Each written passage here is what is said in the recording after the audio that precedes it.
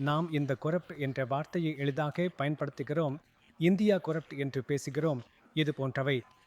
நாம் நடக்கிறதை கூட சரியாக புரிந்து கொள்ளவில்லை. நாம் ஏன் புரிந்து கொள்ளவில்லை என்பதை உங்களுக்கு ஒரு உதாரணம் சொல்லுகிறேன். இந்தியாவில் எப்போதும் ஏதாவது ஒரு சம்பவம் நடந்தால், இந்தியாவின் எங்காவது ஒரு துரதிருஷ்டவசமான சம்பவம், அது லஞ்சம், பாலியல் வன்கொடுமை அல்லது வேறு ஏதாவது இருந்தாலும் உடனே நாம் இந்திய கலாச்சாரம் பற்றி பேச துவங்குகிறோம்.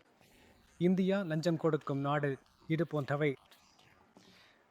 மேற்கத்திய நாடுகளில் ஏதாவது நடந்தால் ஒவ்வொரு வாரமும் அமெரிக்காவில் இளம் பிள்ளைகள் சுட்டுக் கொல்லப்படுகிறார்கள் அல்லது யாரோ ஒருவர் என்று நாம் பார்க்கிறோம். எந்த ஊடகமும், உங்கள் ஃபேஸ்புக் போராளிகளும் கூட இதை பற்றி பேசுவதில்லை. யாரும் இதை பற்றி ஒருபோதும் சொல்லுவதில்லை.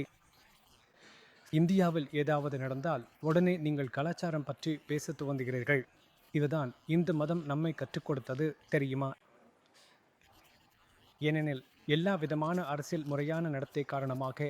ஆனால் அதுதான் நாங்கள் 10-15 வருடங்களுக்கு முன்பு சொல்வதைப் போல இருந்தது. எதுவாக இருந்தாலும், உலகப் போர் நடந்தாலும் அல்லது ஒரு கிருசேடு நடந்தாலும் நாம் ஒருபோதும் இது எல்லாம் கிறிஸ்துவ மதம் காரணமாக நடந்தது என்று சொல்லவில்லை. நடக்கிற வேறுபாட்டை நீங்கள் புரிந்து கொள்கிறீர்களா? மேற்கத்திய நாடுகளில், ஐரோப்பா, அமெரிக்கா ஏதாவது மோசமானது நடந்தால் அவர்கள் நாம் திரும்பி நம் மூலங்களை கற்றுக்கொள்ள வேண்டும், நாம் திரும்பி அமெரிக்க மதிப்பீடுகளை கற்றுக்கொள்ள வேண்டும், நாம் திரும்பி நம் கிறிஸ்துவத்தை புரிந்து கொள்ள வேண்டும் என்கிறார்கள்.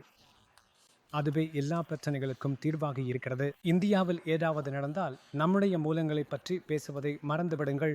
நம்முடைய மதிப்பீடுகளை புரிந்து கொள்ள முயற்சிப்பதே இல்லை. நான் இப்போது உங்களுக்கு நம்முடைய தற்போதைய சிபிஎஸ்இ பாடப்புத்தகத்திலிருந்து ஒரு மதிப்பீடு கல்வி சைடு காட்டினேன். அவர்கள் உங்களுக்கு என்ன கற்றுக் கொடுக்கிறார்கள்? அவர்கள் உங்களுக்கு அதற்கு முற்றிலும் எதிர்மாறானதைத்தான் கற்றுக் கொடுக்கிறார்கள். அதுவே நான் இங்கே எடுத்துக்காட்ட முயற்சிக்கும் வேறுபாடு.